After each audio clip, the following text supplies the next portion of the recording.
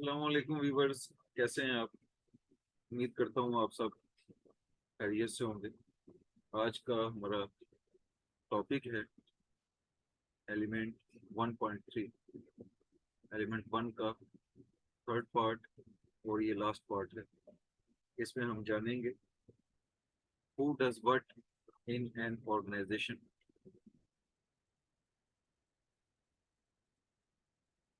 Organisation में जो लोग हैं उनकी क्या क्या रोल्स एंड रिस्पॉन्सिबिलिटीज हैं, हम रोल्स एंड रिस्पॉन्सिबिलिटीज के बारे में जानने की कोशिश करेंगे। ये दो पार्ट में है। फर्स्ट पार्ट में हम रोल्स एंड रिस्पॉन्सिबिलिटीज देखेंगे। सेकंड जो इसका पार्ट है वो कंट्रैक्टर की सिलेक्शन के हवाले से हम वो जानने की कोशिश करेंगे। रोल्स एंड रिस्पॉन्सिबिलिटीज में सबसे पहले एम्प्लॉय की रिस्पॉन्सिबिलिटीज को देखेंगे, फिर सीनियर मैनेजमेंट है, मिडिल मैनेजर्स हैं, फिर हम यहाँ पे एक ILO का आर्टिकल नंबर 17 डिस्कस करेंगे, कन्वेंशन C155 के अंडर में। और हम जानेंगे कंट्रैक्टर सिलेक्शन को। यहाँ पे दो पार्ट है। मैंने जैसा आपसे पहले कहा, जो फर्स्ट पार्ट है ये इसलिए बड़ा इम्पोर्टेंट है कि ये आपके हेल्थ एंड सेफ्टी प्लान के हवाले से है, HSE मैनेजमेंट प्लान के हवाले से फर्स्ट पार्ट है। इसमें हम रोल्स एंड रिस्पॉन्सिबिलिटीज मेंशन करते हैं। तो आपको जो डॉक्यूमेंट सबसे पहले बनाना आना चाहिए वो आपका HSE प्लान है। इस हवाले से एलिमेंट 1.3 बहुत इंपॉर्टेंट है। आपको लाजिम मालूम होना चाहिए कि आपने क्या क्या मेंशन करना है आपके health and safety management plan में। जो सेकंड पार्ट है ये इसलिए बड़ा इंपॉर्टेंट है कंट्रैक्टर सिलेक्शन के हवाले से कि ऑलमोस्ट निबोश के हर एग्जाम में ये क्वेश्चन आता है। और ये क्वेश्चन हमेशा 15 नंबर 20 नंबर 15 नंबर 20 नंबर इतने मार्क्स का होता है हमेशा ये क्वेश्चन। तो अगर आज आप ये टॉपिक अच्छे से सीख जाते हैं तो आपके दोनों इश्यूज सॉल्व हो जाएंगे। एक तो आप आपके health and safety management plan का एक पार्ट बहुत अच्छे से सीख जाएंगे कि हमें क्या क्या लिखना चाहिए, क्यों लिखना चाहिए, आपको ये पता चल जाएगा। और सेकंड पार्ट में कंट्रैक्टर सिलेक्शन के हवाले से जो जो कवानीन है आप वो सीख जाएंगे कि जब कंट्रैक्टर को हम सिलेक्ट करते हैं हमें क्या क्या चीज़ देखनी चाहिए थी, क्या क्या चीज चेक करनी चाहिए थी। हम ये चीजें सीख जाएंगे। जब ये चीजें सीख जाएंगे तो सिनेरियो में हमेशा इसके उल्ट होता है। सिनेरियो में जो एम्प्लॉयर है इसने कुछ वायलेशन की हुई है, कुछ अनसेफ एक्ट किए हुए हैं कंट्रैक्टर को सिलेक्ट करने के लिए, तो आपको कानून मालूम पड़ जाएगा यहाँ पे कि हमें क्या क्या चीज देखनी चाहिए थी, चेक करनी चाहिए थी एम्प्लॉयर की, सॉरी कंट्रैक्टर की, जो कि एम्प्लॉयर ने नहीं की है। तो आपको इन्हीं के साथ में वहां पे मेंशन कर देना है कि अ, जो health and safety management policy है वो एम्प्लॉयर को चेक करना चाहिए थी, वो नहीं की है। रिस्क असेसमेंट चेक करना चाहिए था डॉक्यूमेंट के हवाले से, आप ये बातें लिख देंगे। तो ऐसा करके आप बड़े आसानी से अपने मार्क्स ले सकते हैं। चलिए चलते हैं हम हमारी आज की इस वीडियो की तरफ, इस टॉपिक की तरफ। सबसे पहले हम जानते हैं कि एम्प्लॉयर होता क्या है, एम्प्लॉयर की डेफिनेशन के बारे में। एम्प्लॉयर अ पर्सन और ऑर्गेनाइजेशन। एम्प्लॉयर एक पर्सन भी हो सकता है, एक ऑर्गेनाइजेशन भी हो सकती है। जो मेन रोल है इसका वो यही है कि ये एम्प्लॉय करता है वर्कर्स को, लोगों को एम्प्लॉय करता है अपना टारगेट को पूरा करने के लिए, एम्प्लॉयर कहलाता है। The employer is in this context is normally an organization such as company। इस context में अगर आम तौर पे यही जो विचार है, सोच है, वो यही रहती है कि वो एक ऑर्गेनाइजेशन है या एक कंपनी है। सेकंड में sometimes referred to as the corporate body. तो कॉर्पोरेट बॉडी भी उसी सेंस में हम इसे देख सकते हैं। और इसकी जो सबसे इम्पोर्टेंट चीज है जो आप लोगों को समझना चाहिए, हेल्थ एंड सेफ्टी प्रैक्टिशनर्स जो लोग हैं उनके लिए, कि ये एक लीगल पर्सन होता है। इसकी कोई भी बात कानून के अगेंस्ट नहीं होनी चाहिए, और ये बात आपको बहुत अच्छे से मालूम होना चाहिए। कोई भी इशू होता है साइट पे तो आप दरमियान में कानून को लेके आगे डिस्कस करें, ये बहुत अच्छे से समझ जाएगा। आपका एम्प्लॉयर बहुत इंटेलिजेंट पर्सन होता है, आपकी कंपनी का डायरेक्टर बहुत इंटेलिजेंट पर्सन होता है। अगर आप कानून के पैराए में कानून को सामने रख के इससे बात करेंगे तो ये आपकी बात को बहुत जल्दी समझ जाएगा और आपको बहुत अच्छा रिस्पॉन्स देगा। द एम्प्लॉयर, इसकी रोल्स रिस्पॉन्सिबिलिटी देखते हैं। जो इसकी मेन रोल्स एंड रिस्पॉन्सिबिलिटीज है कानून के मुताबिक, निबोश के मुताबिक, आईएलओ के मुताबिक, responsibility for ensuring that the work place is safe and free of health risk rest with the employer. तो इसकी जो पहली रोल एंड रिस्पॉन्सिबिलिटी है, सबसे इंपॉर्टेंट इसकी रिस्पॉन्सिबिलिटी है, वो है वर्क प्लेस को सेव करना, रिस्क फ्री करना, हैजर्ड फ्री करना, डेंजर फ्री करना उसके वर्क एरिया को। As we noted earlier, this responsibility is made clear. कहाँ कहाँ पे हमने इसे पढ़ा है पहले? आईएलओ के कन्वेंशन C155 में और आईएलओ की रिकमेंडेशन R164 में इसकी हमने रोल्स रिस्पॉन्सिबिलिटी को पढ़ा है, एम्प्लॉयर की, और बहुत डिटेल में पढ़ा है। और ऊपर में जो फर्स्ट बुलेट है उसमें आप इसे देख सकते हैं कि इसकी रोल्स एंड रिस्पॉन्सिबिलिटीज क्या क्या है। The employer, the employer carries ultimate responsibility for ensuring that the workplace is safe and free of health and safety risks। तो एम्प्लॉयर की जो अल्टीमेट रिस्पॉन्सिबिलिटी है, मेक श्योर करना है कि उसकी वर्क प्लेस सेफ होनी चाहिए, कोई भी हेल्थ हैजर्ड नहीं होनी चाहिए, कोई भी वर्कर के रास्ते में कोई भी रिस्क नहीं होने चाहिए जब वो एक्टिविटीज को परफॉर्म करने के लिए जा रहे हैं। तो उसकी वर्क प्लेस इतनी सेफ होनी चाहिए। इंश्योर्स, उसकी रिस्पॉन्सिबिलिटीज में एक और बात है, safety of workers and others. ना सिर्फ अपने वर्कर की सेफ्टी को देखना, बल्कि जो विजिटर जा रहे हैं उसकी वर्क प्लेस पे और कंट्रैक्टर्स उसकी वर्क प्लेस पे जाते हैं, उनकी सेफ्टी भी एम्प्लॉयर की रिस्पॉन्सिबिलिटी है। डायरेक्टर्स एंड सीनियर मैनेजर्स, इनके बारे में कानून क्या कहता है, अभी हम ये जानने की कोशिश करेंगे। डायरेक्टर्स, ये वो लोग होते हैं, give an organisation its direction. ये वो लोग हैं जो ऑर्गेनाइजेशन को डायरेक्शन देते हैं, यही लोग हैं जो बताते हैं कि उसकी जो एम है, जो टारगेट है, वो प्रोडक्शन है। काम चाहिए, जल्दी जल्दी काम चाहिए, जल्दी भाई जल्दी। वर्क प्लेस पे चाहे कोई गोरा है, चाहे कोई अरबी है, चाहे कोई और जुबान बोलने वाला पर्सन है, उसे जल्दी जल्दी लाजिम याद, हर काम उसे जल्दी जल्दी चाहिए। वो हर वक्त में ये बता रहा है कि उसकी जो रोल्स एंड रिस्पॉन्सिबिलिटी है वो उसका काम है। मगर बहुत अच्छी ऑर्गेनाइजेशंस भी हैं जो सबसे ज्यादा प्रायोरिटी देते हैं ह्यूमैनिटी को, ह्यूमन बींग्स को, इंसान को जो वहाँ पे काम करते हैं।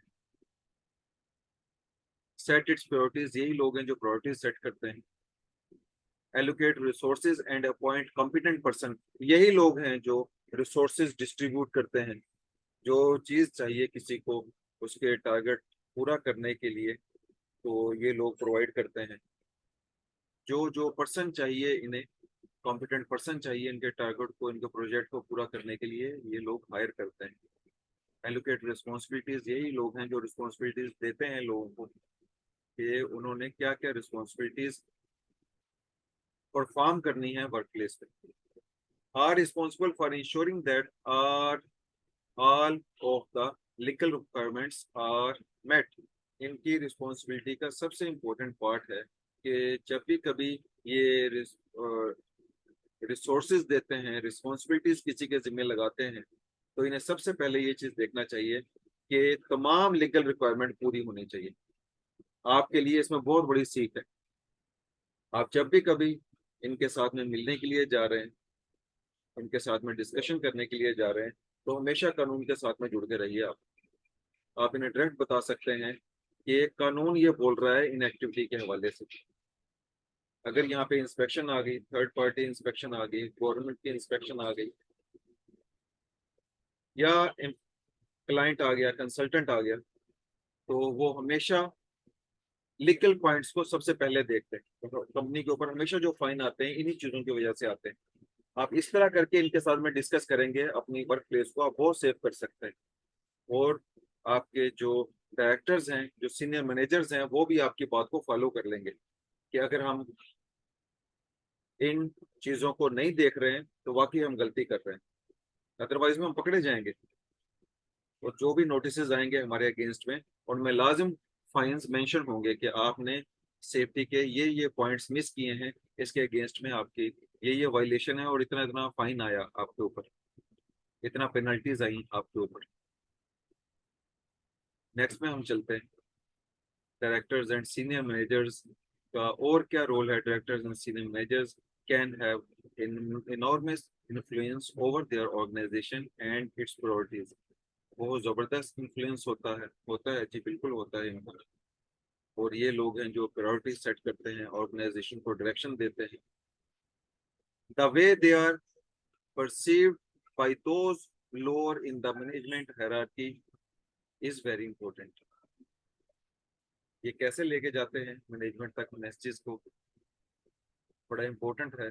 इन्हें क्या करना चाहिए, अगेन कानून की एक वर्डिक्ट नीचे लिखी हुई आ रही है, they must demonstrate clear commitment and leadership.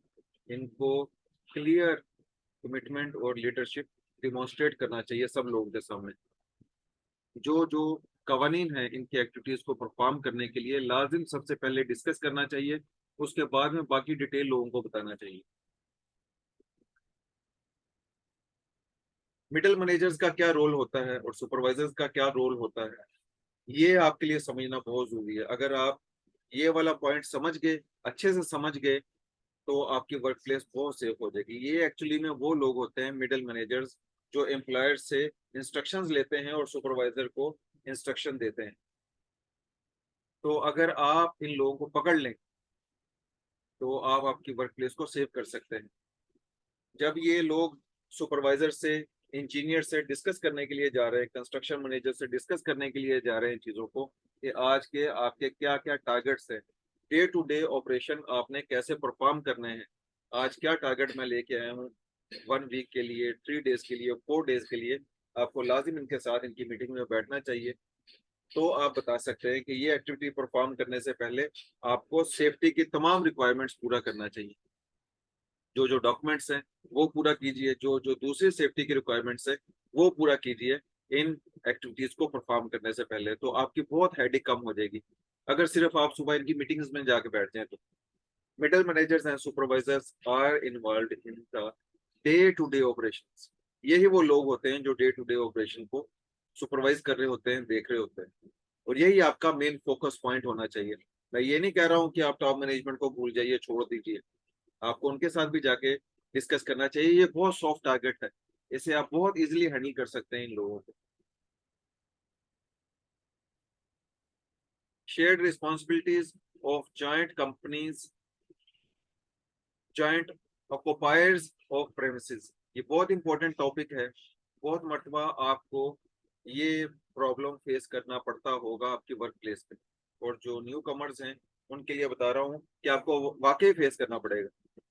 जब एक वर्क प्लेस के ऊपर, एक वर्क प्लेस है, एक वर्क एरिया, वहां पे बहुत सी एक्टिविटीज हो रही है, हर एक्टिविटी का हैजर्ड, रिस्क, डेंजर डिफरेंट है। तो आपको क्या करना है ऐसी सूरत में, आइए देखते हैं। ये एक वर्क प्लेस है, आईएलओ का कन्वेंशन C155 आर्टिकल नंबर 17 इसे एक्सप्लेन करता है, बताता है कि उस वक्त में क्या करना चाहिए, और इसकी जो मेथोडोलॉजी है वो आपको आईएलओ की रिकमेंडेशन R164 रिकमेंडेशन 11 में मिलेगी।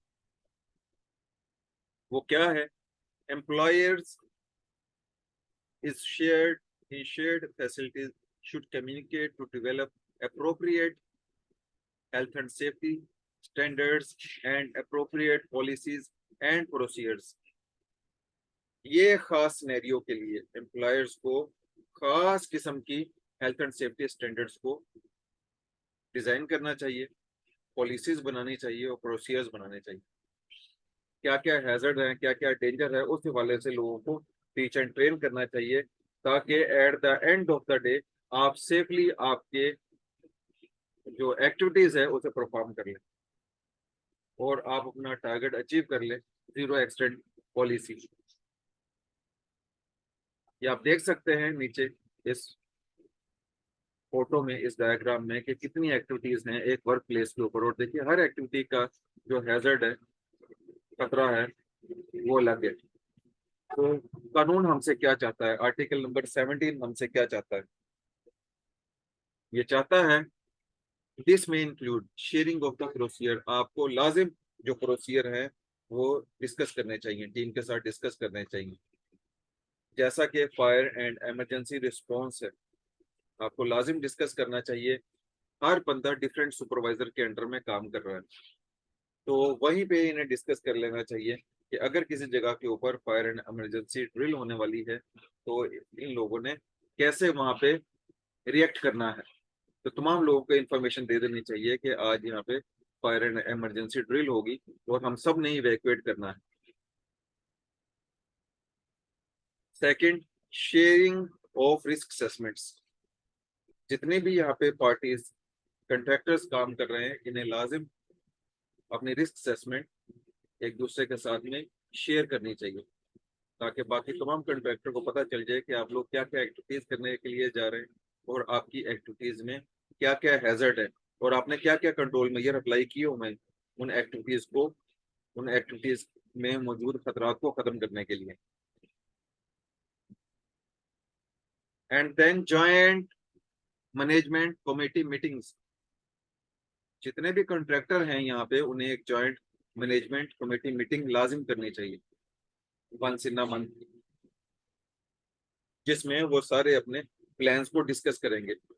कुछ companies 1 week look ahead plan करती है, कुछ companies 2 week look ahead plan करती है, कुछ कंपनीज ऐसी हैं जो 3 वीक्स लुक अहेड प्लान करते हैं कि हमारा क्या प्लान है नेक्स्ट कमिंग डेज में। तो उसमें आपको पूरा आइडिया हो जाएगा और आप अपनी एक्टिविटीज को सेफली परफॉर्म कर सकते हैं। अगर आपको आइडिया हो जाए कि हमारे साथ में कौन कौन सी टीम्स उस डे में उस दिन में सेम वर्क प्लेस के ऊपर एक्टिविटीज परफॉर्म करने वाली है, पहले से पता है, तो बड़े अच्छे तरीके से आप अरेंज कर सकते हैं, चीजों को मैनेज कर सकते हैं। कंट्रैक्टर मैनेजमेंट बहुत इंपॉर्टेंट क्वेश्चन। ये आपके सामने आपके 15 नंबर 20 नंबर पड़े हुए हैं। अगर आप इसे अच्छे से समझ जाते हैं तो कुछ भी मुश्किल नहीं है इसमें। तो आपके 15 मार्क्स 20 मार्क्स पक्के सिक्योर हो जाएंगे आज। तो क्या करना चाहिए कंट्रैक्टर मैनेजमेंट के लिए? If a client can be held responsible for an injury caused by a contractor working for the client। अगर कोई भी कंट्रैक्टर क्लाइंट के लिए काम कर रहा हो, वो रिस्पॉन्सिबल है नो डाउट हर चीज के लिए, then it must be in the client's own best interest to ensure that contractors do not endanger worker or others। तो ये क्लाइंट के अपने पर्सनल इंटरेस्ट की बात है ये, कि उसे मेक श्योर करना चाहिए कि वर्कर जो कंट्रैक्टर है वो किसी भी वर्कर को किसी को भी खतरे में न डाले। तो उसके लिए क्या करना पड़ेगा एम्प्लॉयर को?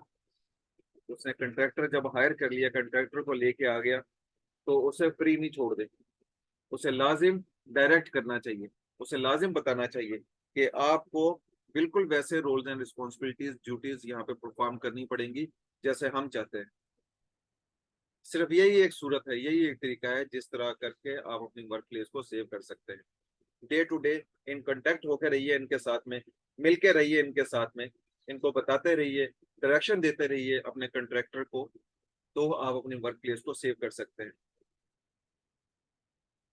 शेयर ड्यूटीज के बारे में भी हम जानते हैं। The way that a client manages contractors can be broken down into 3 key areas। कौन कौन से हैं? सिलेक्शन ऑफ द कंट्रैक्टर्स, पहला इसका पार्ट है कंट्रैक्टर को सिलेक्ट करना। सेकंड पार्ट है planning and coordination the work, उनके पूरे काम में हर वक्त में उनके प्लानिंग में उनके साथ में रहना, और जब वो काम करने के लिए वर्क प्लेस पे पहुंचे उनके साथ में कोऑर्डिनेट करते रहना। Monitoring and managing the work, उसके बाद में आपने बता दिया, आपने सब कुछ डिस्कस कर लिया, फिर मॉनिटर करते रहे इसे। ऐसा नहीं है आप बता के आप सारा कुछ करके कि ये मेरी बात को समझ गए हैं तो आप जाके आराम से ऑफिस में सो जाए, ऐसा नहीं करें आप। मॉनिटर करते रहें, बार बार में आके आप सरप्राइज विजिट आप देखते रहें कि जो हमने इंस्ट्रक्शन दी थी, जैसा बताया था, हमारा कंट्रैक्टर हमारी इंस्ट्रक्शन को फॉलो कर रहा है या नहीं कर रहा है। ये लास्ट पार्ट है और सबसे इंपॉर्टेंट पार्ट है, monitoring. Selection of the contractor में क्या क्या चीज है, ये है वो एक्चुअली में ये वाला पार्ट, इन तीनों में से ये वाला पार्ट मोस्टली पेपर का हिस्सा होता है। और आपने इसमें अगर 15 नंबर का है 15 बुलेट पॉइंट देने हैं, 17 नंबर का है 17 बुलेट पॉइंट देने हैं, 20 मार्क्स का है तो 20 बुलेट पॉइंट आपने लिखने हैं और आपके पूरे मार्क्स आ जाएंगे। और कितने इजी ये पॉइंट्स है आप देखिए कि सबसे पहले क्लाइंट को क्या देखना है, एम्प्लॉयर को क्या देखना है, health and safety policy check करनी है कॉन्ट्रैक्टर की, कि हेल्थ एंड सेफ्टी पॉलिसी जैसा आप चाहते हैं आपके प्रोजेक्ट के ऊपर स्टैंडर्ड के मुताबिक है या नहीं है। आपको रिस्क असेसमेंट चेक करनी चाहिए कि कितनी एक्टिविटीज हमारा कंट्रैक्टर परफॉर्म करने के लिए आ रहा है, जितनी एक्टिविटीज परफॉर्म करने के लिए आ रहा है हर एक्टिविटी के लिए सेपरेट रिस्क असेसमेंट इनके पास में है या नहीं है। क्वालिफिकेशन एंड ट्रेनिंग रिकॉर्ड्स उनके चेक करने चाहिए। Maintenance and equipment testing record check करने चाहिए। जितनी भी गाड़ियां हैं, प्लांट एंड इक्विपमेंट है, उनकी मेंटेनेंस प्रॉपर से हो रही है या नहीं हो रही है। उसी डेट को ये गाड़ियां इंस्पेक्शन के लिए, मेंटेनेंस के लिए जा रही हैं या नहीं जा रही हैं, डबल चेक करना चाहिए। बाज लोग क्या करते हैं, लोग स्टिकर लेके आके चिपका देते हैं, तो आपको बिलीव नहीं करना चाहिए। आपको डबल चेक में जाके चेक करना चाहिए कि वाकई ये लोग पूरा मेंटेनेंस करवा के आए हैं गाड़ियों का या नहीं करवा के आए हैं। समटाइम्स सिर्फ डॉक्यूमेंट को नहीं देखना पड़ता हमें, हमें लाजिम उन प्लांट एंड इक्विपमेंट को भी चेक करना चाहिए। एक्सीडेंट रिकॉर्ड देखने चाहिए कि इनका प्रीवियस क्या रिकॉर्ड्स है वर्क प्लेस पे, इनके एक्सीडेंट रेशो क्या है, एक्सीडेंट इंसिडेंट रेशो क्या है प्रोजेक्ट पे, इन्फोर्समेंट एक्शन कितने हैं इनके अगेंस्ट में, एडुकेट रिसोर्सेज ये प्रोवाइड करते हैं या नहीं करते हैं। जुगाड़ पे काम चलाते हैं, जुगाड़ वाली कंपनियां हमेशा एक्सीडेंट के साथ में जुड़ के रहेगी।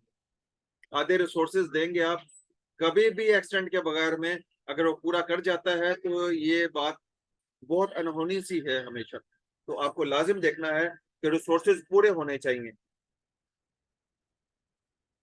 प्रीवियस एंड करंट क्लाइंट्स, अगर क्लाइंट्स अच्छे हैं तो आपको समझ जाना चाहिए कि ये कंपनियों ने हमेशा स्टैंडर्ड के साथ में काम किया है।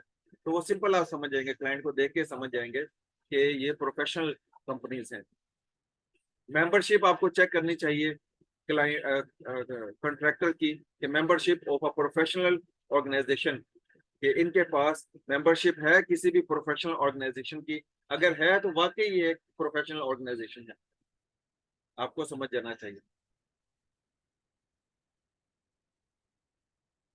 प्लानिंग एंड कोऑर्डिनेशन में हम क्या चेक करेंगे,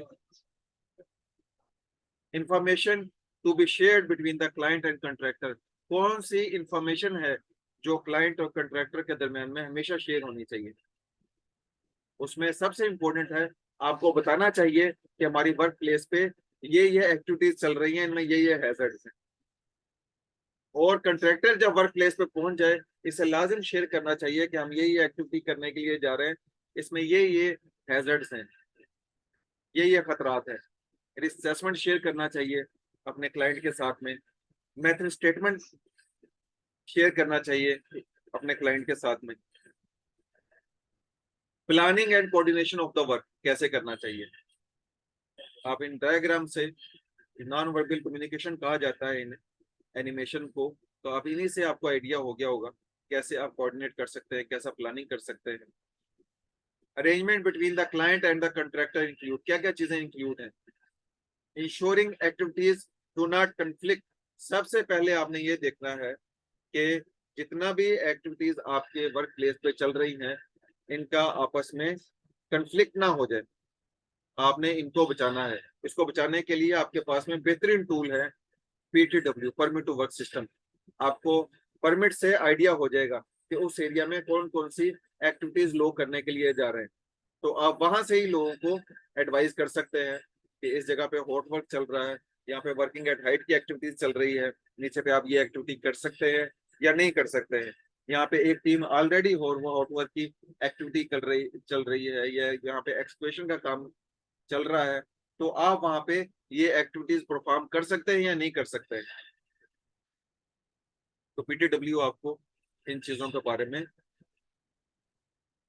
बता देगा। Monitor and managing the work, इसमें क्या क्या चीज हमें पता चलती है, सीखने को मिलती है।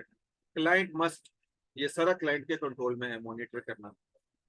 Monitor the work to ensure safety, इसे मॉनिटर ही करना चाहिए, चेक करना चाहिए, विजिट करना चाहिए वर्क प्लेस पे सेफ्टी को इंश्योर करने के लिए। Client can stop the work if it involves unsafe practices, अगर वो अनसेफ प्रैक्टिसेस को देखता है, इसे इन्वॉल्व होना चाहिए, एक्टिविटीज को स्टॉप कर देना चाहिए। और थर्ड में बहुत इंपॉर्टेंट चीज यहाँ पे डिस्कस की है निबोज साहब ने कि ऑडिट करना चाहिए, प्रॉपर चेकलिस्ट के साथ में ऑडिट करना चाहिए। प्रॉपर चेकलिस्ट होनी चाहिए जो दोनों के पास हो, दोनों पार्टीज के पास हो, आपके कंट्रैक्टर के पास भी हो, आपके पास भी हो। टाइम डिसाइड होना चाहिए, तो उसके बाद में आप ऑडिट के लिए जाइए। बहुत जबरदस्त रिजल्ट है हमेशा ऑडिट्स के, अगर आप टाइमली ऑडिट करते रहें तो आपकी वर्क प्लेस बहुत सेफ रहेगी। ये हमारा एंड हो गया मॉड्यूल 1.3। इसकी एक्सरसाइज अभी हम देखने के लिए जा रहे हैं। हमने क्या क्या देखा इस एलिमेंट में, इस वाले पार्ट में 1.3 में। To whom does an employer over duty with regard to health and safety, हमने ये देखा एम्प्लॉयर की रोल्स एंड रिस्पॉन्सिबिलिटीज के बारे में। How can directors influence health and safety, directors कैसे इन्फ्लुएंस करते हैं हेल्थ एंड सेफ्टी को, वो हमने देखा। What are the key workers responsibilities, हमने वर्कर की रिस्पॉन्सिबिलिटीज को देखा। What would you look for check when selecting a contractor, जब आप एक कंट्रैक्टर को सिलेक्ट कर रहे होते हैं तो आपको क्या करना चाहिए, क्या देखना चाहिए, क्या चेक करना चाहिए। तो आप ऐसा कीजिए कि इन तमाम के ये 4 क्वेश्चन हैं, इन चारों क्वेश्चन के 10-10 बुलेट पॉइंट बना के आप मेरे साथ में शेयर करें, तो आपके ये पेपर की तैयारी भी हो जाएगी। तो ये टॉपिक आपको अच्छे से समझ में आ गया होगा, जो चीजें हमने डिस्कस की हैं। यहीं तक था हमारा आज का वीडियो। नेक्स्ट वीडियो तक के लिए फिर मिलेंगे हम। अपना बहुत सा ख्याल रखिएगा जी। ओके, अल्लाह हाफिज।